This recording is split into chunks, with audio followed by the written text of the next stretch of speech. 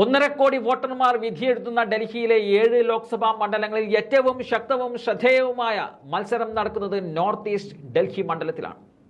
ഉത്തർപ്രദേശ്, ബീഹാർ സംസ്ഥാനങ്ങളിലെ വടക്ക് കിഴക്കൻ ജില്ലകൾ ഉൾപ്പെടുന്ന പൂർവാഞ്ചലിൽ നിന്നുള്ള കുടിയേറ്റക്കാർ ഏറ്റവും കൂടുതൽ വസിക്കുന്ന മണ്ഡലമാണ് നോർത്ത് ഈസ്റ്റ് ഡൽഹി. 2008 മണ്ഡലം രൂപീകരിച്ചതിന് ശേഷം 2009 നടന്ന ആദ്യ തെരഞ്ഞെടുപ്പിൽ വിജയം കോൺഗ്രസിന്റെ ജയപ്രകാശ് അഗർവാളിനായിരുന്നു. അന്ന് സമാജ്വാദി പാർട്ടിയിലായിരുന്ന മനോജ് തിവാരി 2009 ഗോരഖ്പൂരിൽ നിന്നും യോഗി ആദിത്യനാഥിനോട് പരാജയപ്പെട്ടതാണ്. പിന്നീട് അദ്ദേഹം BJPയിൽ ചേർന്ന് ഡൽഹിയിലെത്തിച്ച് 2014 നോർത്ത് ഈസ്റ്റിൽ നിന്നും വിജയിപ്പിക്കാൻ BJPക്കായി. 2019 മനോജ് തിവാരിക്കെതിരെ മുൻ മുഖ്യമന്ത്രിയായ ഷീല ദീക്ഷിത്തിനെ കോൺഗ്രസ് മത്സരിപ്പിച്ചുവെങ്കിലും വിജയം മനോജിനൊപ്പമായിരുന്നു.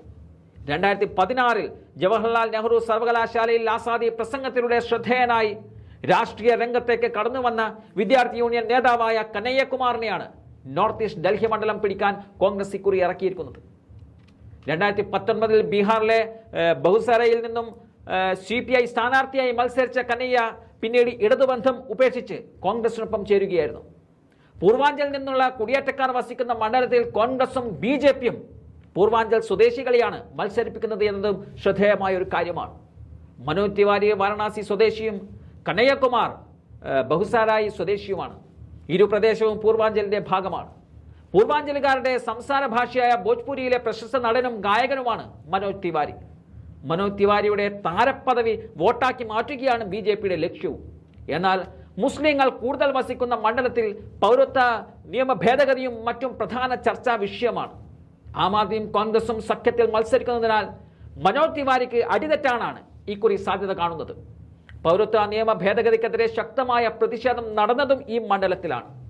മദ്യനയ കേസിൽ ഇടക്കാല ജാമ്യത്തിൽ പുറത്തിറങ്ങിയ മുഖ്യമന്ത്രി അരവിന്ദ് കെജ്രിവാൾ നോർത്ത് ഈസ്റ്റ് മണ്ഡലത്തിലും റോഡ് ഷോ നടത്തിയിരുന്നു.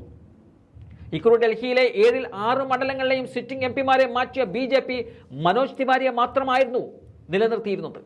കോൺഗ്രസും ആം ആദ്മി പാർട്ടിയും കൈകോർക്കുമ്പോൾ ഭോജ്പുരി സിനിമയുടെ പിൻബലത്തിൽ മത്സര രംഗത്തുള്ള മനോജ് തിവാരി വിജയിക്കുമോ എന്നത് കണ്ടറിയേണ്ടതാണ്.